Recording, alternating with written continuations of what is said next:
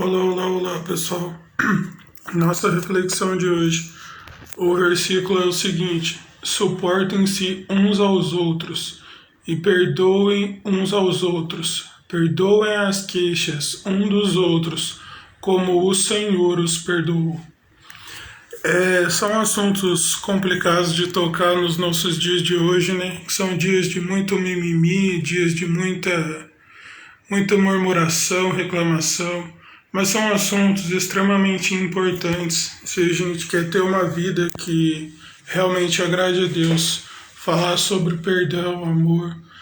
E para essa situação, tem um exemplo bastante prático que eu escolhi do, do Evangelho de Marcos, capítulo 2, que relata quando quatro amigos foram levar um amigo paralítico para ser curado, mas tinha muita gente ali e eles tiveram a brilhante ideia, a brilhante resposta ali no momento de conduzir aquele amigo até a presença de Jesus pelo telhado, né?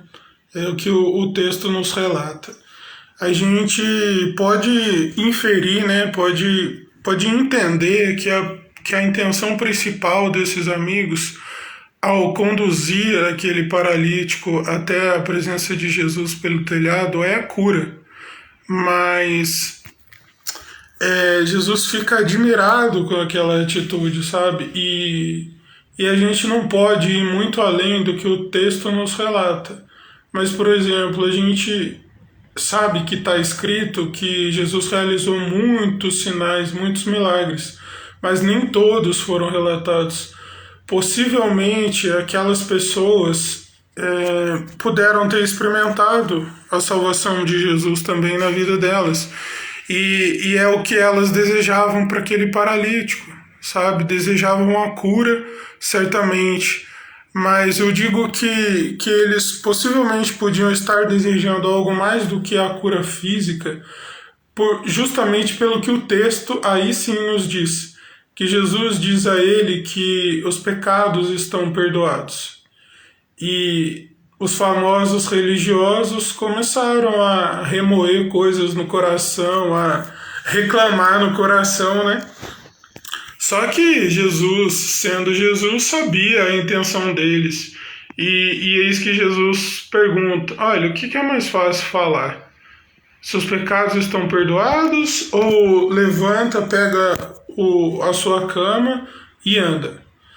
Para vocês saberem que o Filho de Deus, né, o Filho do Homem, o texto diz, o Filho de Deus tem o poder para perdoar pecados, não é um poder que se limita apenas à cura de doenças.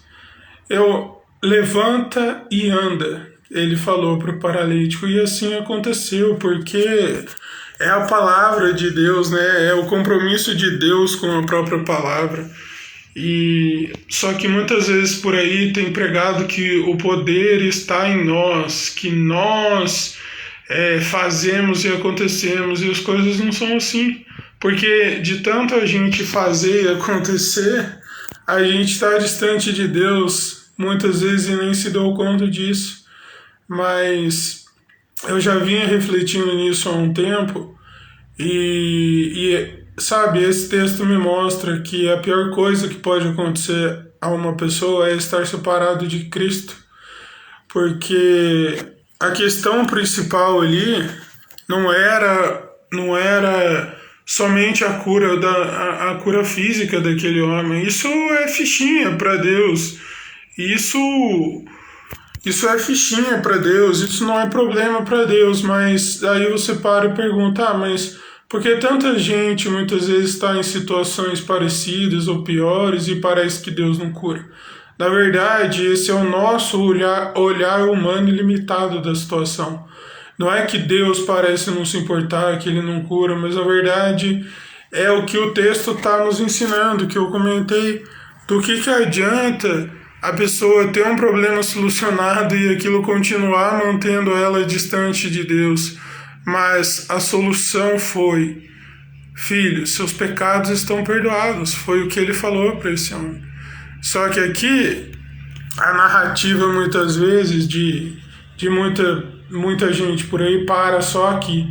Mas a partir do momento que a gente tem nossos pecados perdoados por Cristo, a gente começa a ter uma vida de acordo com isso, sabe? Com esse novo direcionamento que estabeleceu-se em nossas vidas. Entende? Do que adianta a gente replicar, por exemplo, a oração que o próprio Cristo nos ensinou, falando, perdoe os nossos pecados como a gente perdoa. E para você ver, uma citação indireta da oração, entre aspas, que o próprio Jesus nos ensinou nesse versículo, né? Suportem uns aos outros. O que é esse suportem? É justamente o que os amigos fizeram com o amigo paralítico. Eles deram o suporte, deram o apoio, eles levaram o amigo que não tinha condições de ir sozinho até Jesus, até a fonte da solução de todas as coisas. Esse é o suporte, esse é o amor em prática. O amor é definido por atitudes, né? Esse é o suporte que a palavra de Deus usa. Não é o suporte que a gente banaliza, né? Vou ter que suportar essa pessoa, não. E o que o versículo continua falando? Perdoem uns aos outros. Perdoem as queixas uns dos outros, assim como o Senhor os perdoou. Sabe qual que é o problema? A gente está com uma limitação na compreensão do que realmente é o perdão dos nossos pecados por Deus. Porque esse perdão só acontece por meio de Cristo. Só acontece por meio do sacrifício de Jesus na cruz. Só que, como isso nos remete ao começo da reflexão, a gente não quer ficar ouvindo pessoas, mesmo usando a palavra de Deus, pregando que a gente precisa se arrepender, que a porta de entrada no reino de Deus é o arrependimento, é pegar a nossa cruz e seguir Jesus. A gente não quer ouvir esse tipo de coisa. A gente só quer ouvir que Deus vai fazer algo novo, Deus vai te dar o recurso que você quer, Deus vai te dar isso, aquilo. A gente limita o poder de Deus a isso. Mas o poder maior foi o perdão dos pecados naquela cruz, por meio do sacrifício de Jesus, como eu comentei. E aqui ficam algumas perguntas finais para a aplicação, né? Será que temos realmente compreendido o que é o perdão de Deus em nossas vidas? Como temos escolhido viver a partir do momento que consideramos que compreendemos esse perdão de Deus sobre nossas vidas?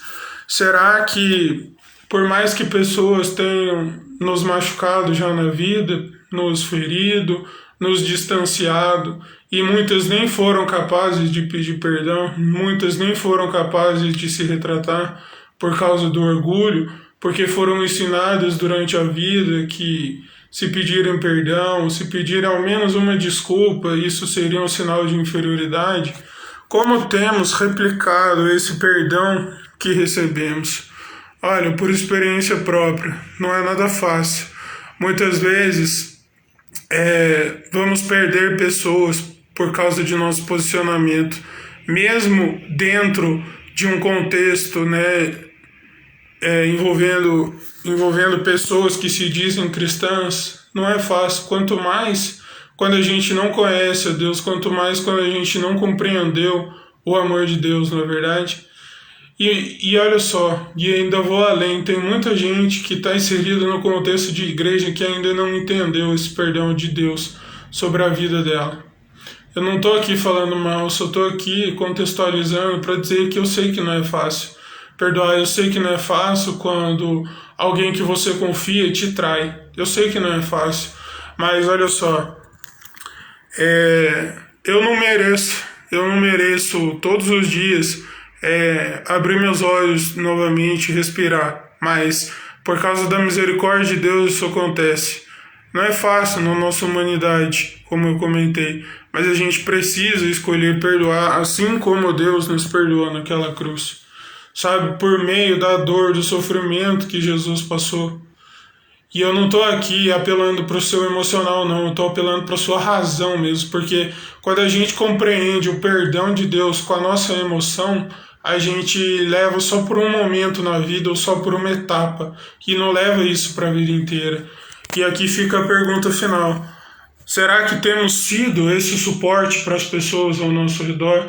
Esse suporte que, por mais que a gente não possa resolver todos os problemas das pessoas, será que a gente tem sido esse suporte de levar a pessoa até o amor de Deus, até a graça de Deus, até a misericórdia que nós experimentamos e, além do mais, a misericórdia que nós declaramos, ou as coisas estão limitadas a apenas jargões? Quando algo ruim acontece, a gente fala, misericórdia, ai, tá amarrado, não sei o que, e a gente limita a nossa fé a jargões superficiais.